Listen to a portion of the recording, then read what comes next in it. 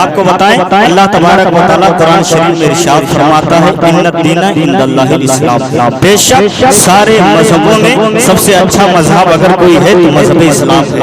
آپ اس مذہب کے ماننے والے ہیں کہ جس کو پانے کے لیے ایک نہیں، دو نہیں، تین نہیں، 12 نبیوں نے اللہ تبارک و تعالیٰ کی بارگاہ میں دعا کی ہے کہ مولا ہمیں نبی نہ بنا، اپنے محبوب کا امتی بنا دے۔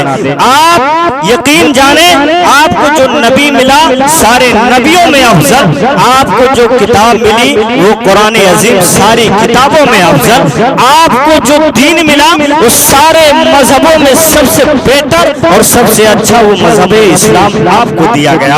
آپ نے تو کسی سے عرض نہیں لگائی۔ ایجوکیشن کی بات ہو، آج جو یہ پروگرام ہے اس جلسے کا جس نام سے اس جلسے کو آپ یاد کریں گے وہ تعلیمات بیداری کے نام سے آپ یاد کریں گے۔ اس جلسے کی کامیابی اس وقت ہوگی جب اس جلسے میں ایجوکیشن اور تعلیم کی بات ہوگی۔ جانتے ہو آج ہمارے اوپر جو قہر نازل ہے اس کی صرف ایک وجہ ہے، ہم نے سب کچھ کیا ہے، بس ایک چیز سے ہم بہت دور ہیں، وہ کیا ہے؟ ہم تعلیم سے بہت پیچھے ہیں۔ ہمارے اندر ایجوکیشن نہیں ہے، ہمارے اندر ایسی چیز نہیں ہے، ہمارے اندر تعلیم نہیں ہے۔ آپ دفتروں کا جائزہ لے لو، آپ ایسی جگہ پہ چلے جاؤ، بینک میں آپ چلے جاؤ، کسی ایسی جگہ پہ چلے جاؤ، آپ اپنے علاقے کا سروے کر لو، آپ کے یہاں کون ایسا ہوگا جس کے گھر میں گورنمنٹ کی نوکری ہوگی؟ جس کرسی پر آپ دیکھیں گے ایک کوئی نہ کوئی اس پہ غیر وہاں موجود ہوگا۔ پھر بتاؤ آپ کا کام وہ خراب نہیں کرے گا تو بنائے گا کیسے؟ آپ ذرا اندازہ لگاؤ، آپ اپنے بچوں کے سینے میں سب سے پہلے قرآن کی عظمت ڈال دو۔ آج آپ کو معلوم ہونا چاہیے کہ آپ نے اپنے بچوں کے اگر بسم اللہ خانی میں اگر آپ نے صحیح معنوں میں کسی عالم دین کے حوالے کیا ہے تو جب آپ پودے کو لگاتے ہیں، جب آپ پھول کا پودا جب آپ لگاتے ہیں تو اس کو آپ اس طریقے سے اس کی پرورش کرتے ہیں، اس طریقے سے پرورش کرتے ہیں کہ تاکہ یہ بڑا ہو اور اس میں سے پھول نکلے اور وہ پھول پوری دنیا میں خوشبو پھیلائے۔ جب آپ کا بیٹا پیدا ہوتا ہے تو آپ یہی سوچتے ہو کہ ہمارے بیٹے کی پرورش اس طرح ہو کہ اس کو کبھی بھی کوئی پریشانی نہ ہو۔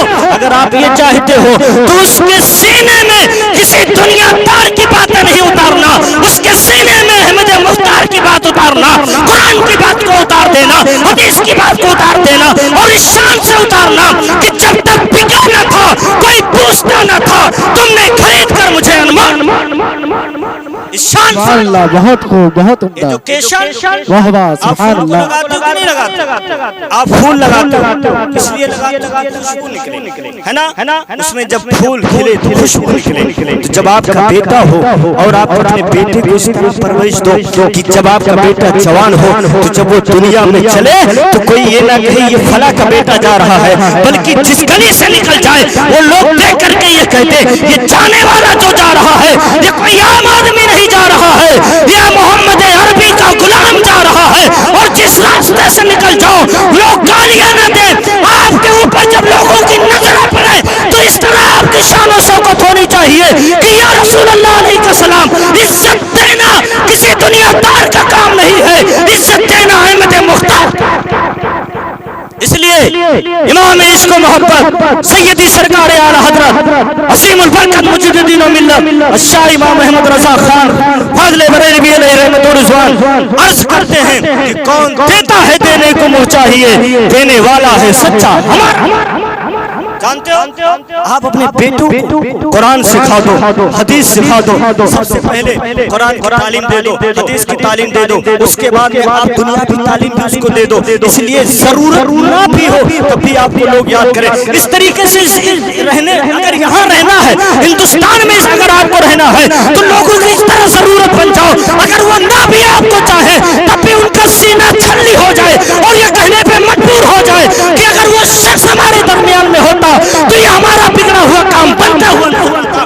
اس لیے دنیا کی ضرورت بن جاؤ، اپنے اندر قرآن کو اس طرح اتار لے کہ دنیا آپ کو اس طرح پہچانے۔ جب آپ کو لوگ دیکھے تو دیکھنے کے بعد یہ نہ کہیں کہ یہ آدمی خراب ہے، بلکہ اس طریقے سے اپنے کریکٹر کو بنا لو، اپنے آپ کو اس طرح بنا لو کہ جب آپ پر نظریں پڑے تو لوگ ایک بے شاختہ بول پڑے کہ بغیر اس شخص کے ہمارا کچھ کام نہیں ہوگا۔ اس لیے جب ایجوکیشن آپ کے ساتھ ہوگی، تعلیم جب آپ کے ساتھ ہوگی، قرآن کی عظمت آپ کے ساتھ ہوگی، یاد رکھو مسلمانوں جب تک کہ دنیا میں رہو گے آپ کے اس خوشبو سے, تعلیم کے خوشبو سے پوری دنیا فیض پائے گی. اس کے بعد جب قبر میں چلے جاؤ گے, آپ کے قبر کے بغل میں اگر کوئی وہاں گنہگار ہوگا, آپ کے صدقے میں اللہ تبارک و تعالیٰ اس کی بھی بخشش فرماتا ہوا.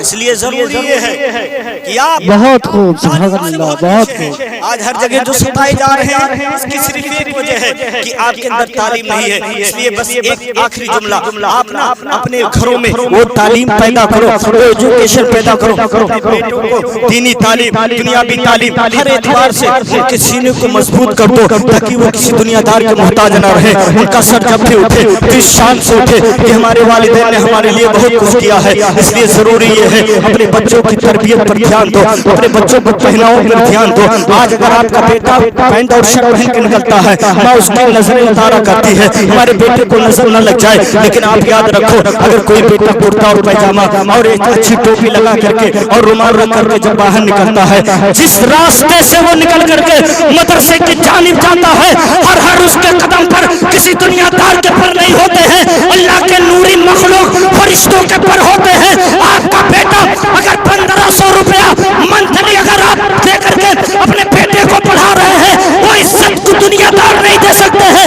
اگر ایک چھوٹا سا بیٹا ہے, آپ نے اس کو مدرسے میں سے بھیج دیا ہے, یاد رکھو آپ بظاہر یہ دیکھ رہے ہیں کہ وہ مدرسے کی جانب جا رہا ہے, لیکن اللہ اور اس کے رسول کی نظروں میں وہ محمد عربی کا ایک وفادار اور سچا سپاہی جا رہا ہے.